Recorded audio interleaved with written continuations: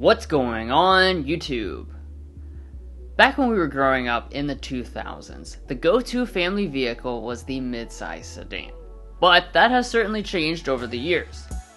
Now, instead of picking Accords and Altimas, people now tend to choose between CR-Vs and Rogues, which is exactly what we're comparing today. These two popular products are best sellers for each of their respective brands, and they have both recently undergone major changes with redesigns and refreshes. So with the newest version of both, which one is the superior family SUV that will also make you happy? Well, let's dive in and find out.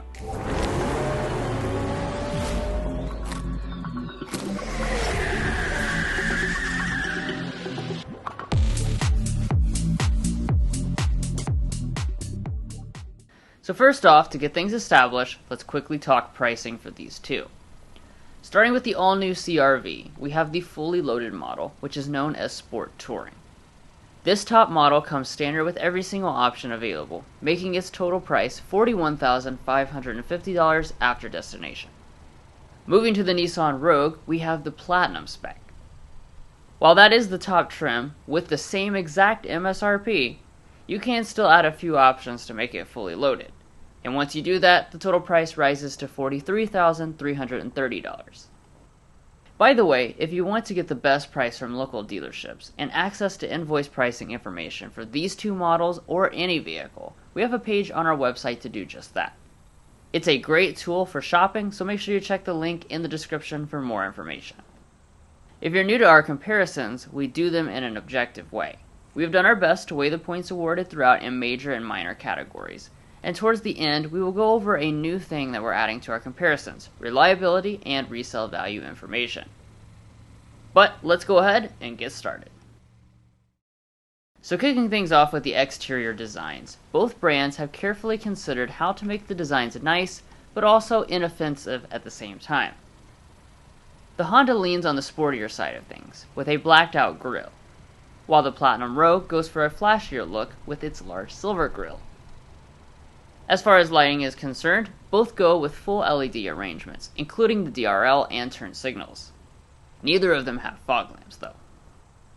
Continuing to the sides, they are sized neck and neck, and both have 19-inch wheel options to spice up the looks. One extra thing that the Rogue offers is a two-tone paint scheme for those who like some extra contrast. And then heading out back, we continue to see pretty classy designs with each brand's signature looks. Features-wise, they have spoilers, exposed wipers, and partially LED taillight clusters, with only the CR-V including exposed exhaust tips. For those of you interested in towing small trailers, the Rogue can handle up to 1,500 pounds versus 1,000 in the CR-V. Now checking out some of the individual odd and end features, both of their mirrors have heating and blind spot monitoring, but no power folding abilities. In addition to blind spot monitoring, these crossovers also come standard with all the available major active safety features. And their warranties are the same, with the exception of Honda having complimentary maintenance for the first 2 years of ownership. But things are going to get even more interesting on the inside, so let's get into that. But first, if you're new here, we're brothers, and we've been reviewing cars since we were 12 and 16.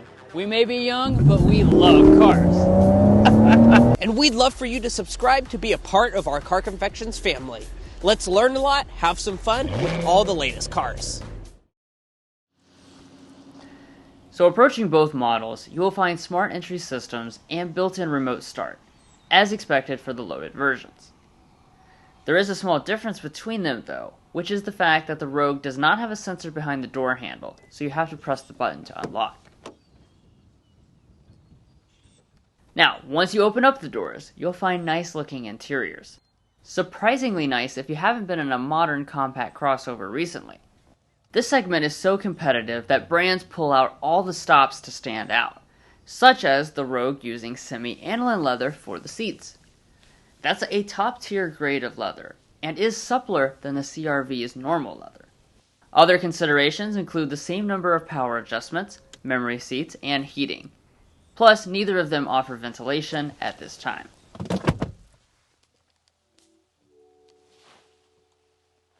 Now once we actually climb inside the cabins, we can check out the major point category of material quality. Here, both of them feel solid, but the Rogue pulls ahead. It has a richer assortment of materials, such as leatherette across the dash and lining the center tunnel, as well as a faux wood in place of the piano black trim you get on the CR-V.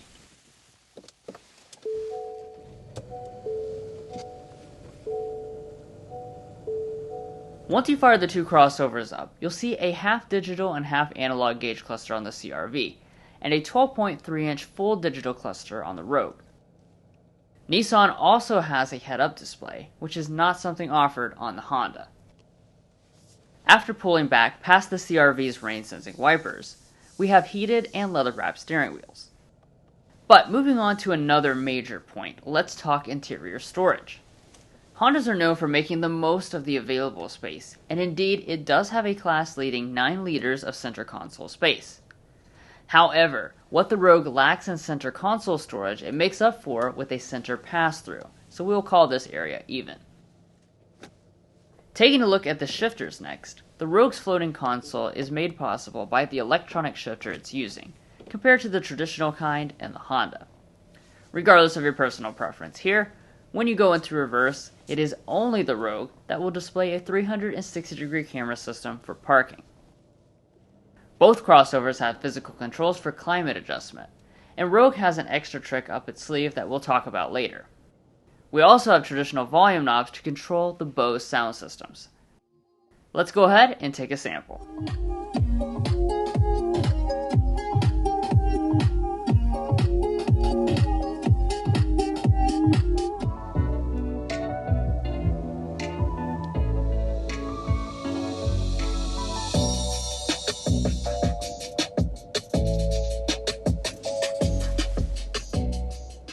As you would expect, the sound quality is largely the same.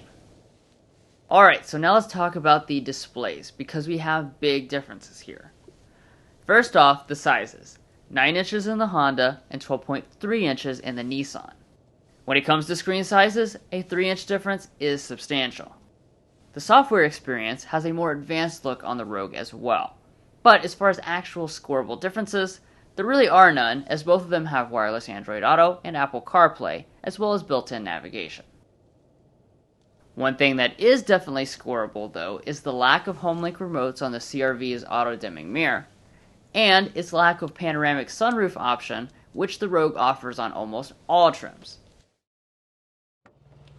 Now heading to the back seats, things are heating up even more. Specs-wise, the CR-V's massive 41 inches of legroom is basically impossible to beat in this segment. But the headroom is actually in the Rogue's favor, though not by enough to earn a point. The other advantage when it comes to rear seat comfort is that the CR-V's seats recline really far, with 8 levels you can choose from for max comfort. As far as the features back here, both models have rear vents and 2 USB-C ports for charging devices. But you'll notice 2 extra items in the Rogue: 3-zone climate controls and heated back seats.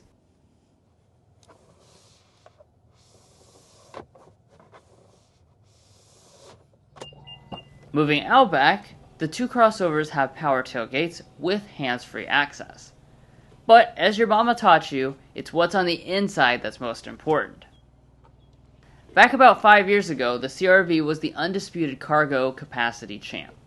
But at a maximum configuration, this Rogue has largely caught up. There is only a 3% difference in space between them, which is not enough for the CR-V to score a point. But, critically, with the seats upright, the CR-V has about 8% more space, which is enough to score a point. Alright, we're done with the interiors now, so let's take this fight to the streets, aka drive them. Doing different things to get similar results would be a great theme for this powertrain performance discussion. As emission standards have increased, both brands came up with ways to meet them. CR-V is exclusively powered by a 2-liter 2-motor hybrid system on the Sport Touring, making 204 horsepower. The Rogue skews away from hybridization in favor of engine downsizing, using a 1.5-liter variable compression turbo 3-cylinder, making 201 horsepower. While the horsepower figures are almost identical, the CR-V does have a nearly 10% advantage in torque.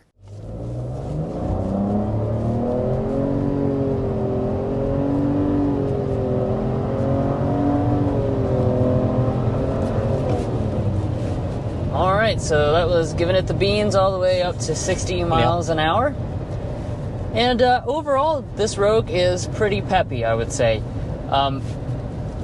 So I'll just talk about the power before we get into kind of some real-world impressions. But 1.5 liter variable compression turbocharged 3-cylinder engine, 201 horsepower, 225 pound-feet of torque. So takeaways with those power figures is basically actually more than a lot of the competition at over 200 horsepower, especially on the torque with 225. That's good for this segment.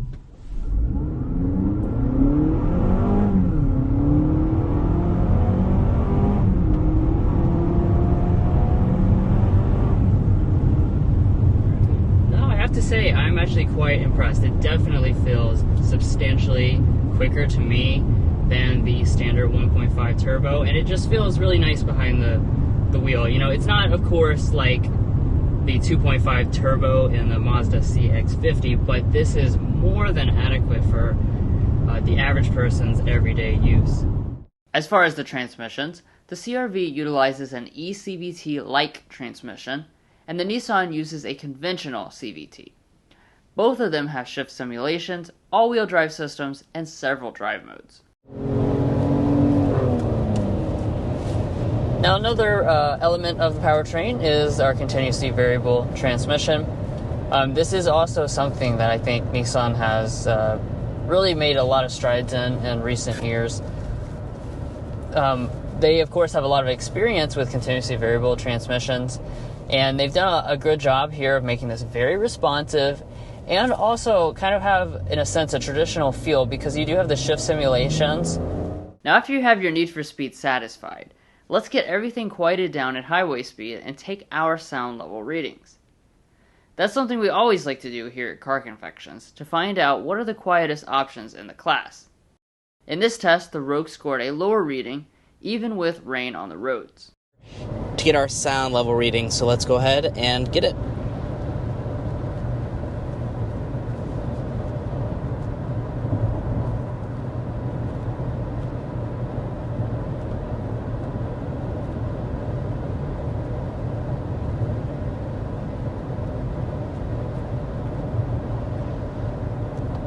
Nice long sample there. 54.7 decibels is what we are sitting at. Wow, that is very good.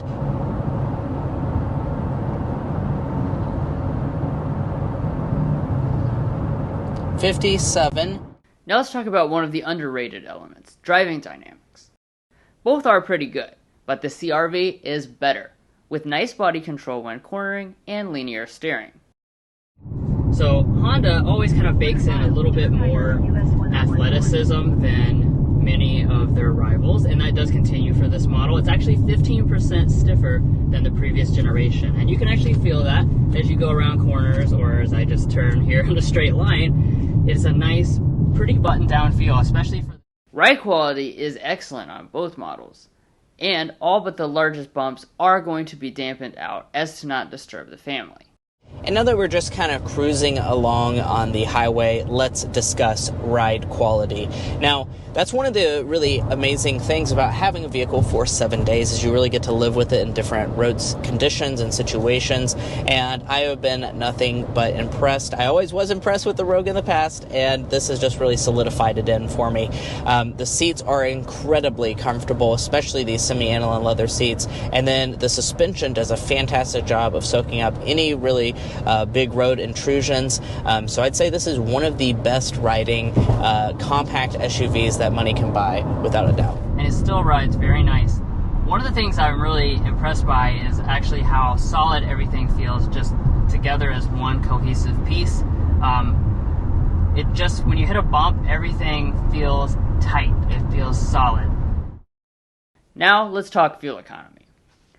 While Rogue claims the best-in-class gas-only fuel economy, it still falls 6 mpg behind the CR-V hybrid. That adds up over time, and as mentioned earlier, the Rogue doesn't have a hybrid version here in the US. In our reviews and comparisons, we are also adding in reliability and resale information to give you a better picture of the overall value beyond just the original MSRP. Beginning with reliability, we developed the Combined Reliability Index, which takes into account several studies from trustworthy sources and combines them in a way that paints a more realistic picture.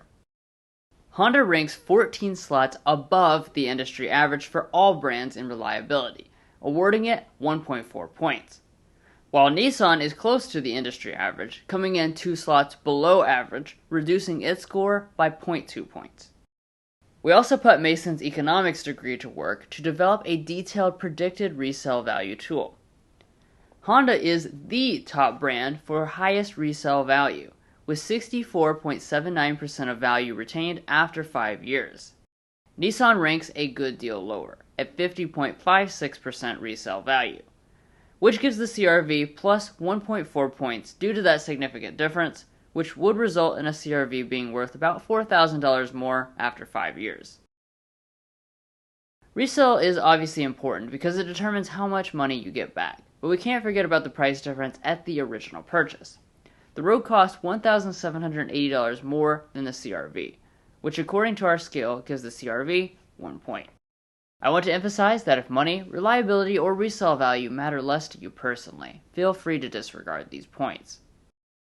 And if you'd like to check out all our data about reliability and resale values, as well as learn about our methodology, make sure to head over to carconfections.com/resale and carconfections.com/reliability. Buying a car is a big decision, and this is a great place to compare all the makes that you might be cross-shopping. So there you have it. We end up with another tight comparison race as expected. But let's summarize to figure out who should be your personal winner. So the Rogue should be your personal winner if you really want those extra luxury features that only it has, if you don't want a hybrid and you just want a straight ICE engine, and then also if you want to get better technology, such as the larger screen, digital gauge cluster, head-up display, and 360-degree camera system. Now, CRV should be your winner if you prefer that hybrid powertrain experience, which is giving you slightly more power and significantly better fuel economy. You also have better resale and reliability rankings from Honda, and you have more space. But now we want to know your opinions, so make sure you head to the comment section below and let us know which one you are picking. Thanks for joining us for another Car Confections comparison, and make sure you subscribe so you can see more comparisons like this, as well as all types of full review content on all the latest compact crossovers in the segment. If you're already a subscriber, we truly appreciate your support, and thank you for being part of this automotive family. We'll catch you next time as we sample more of the latest automotive delicacies.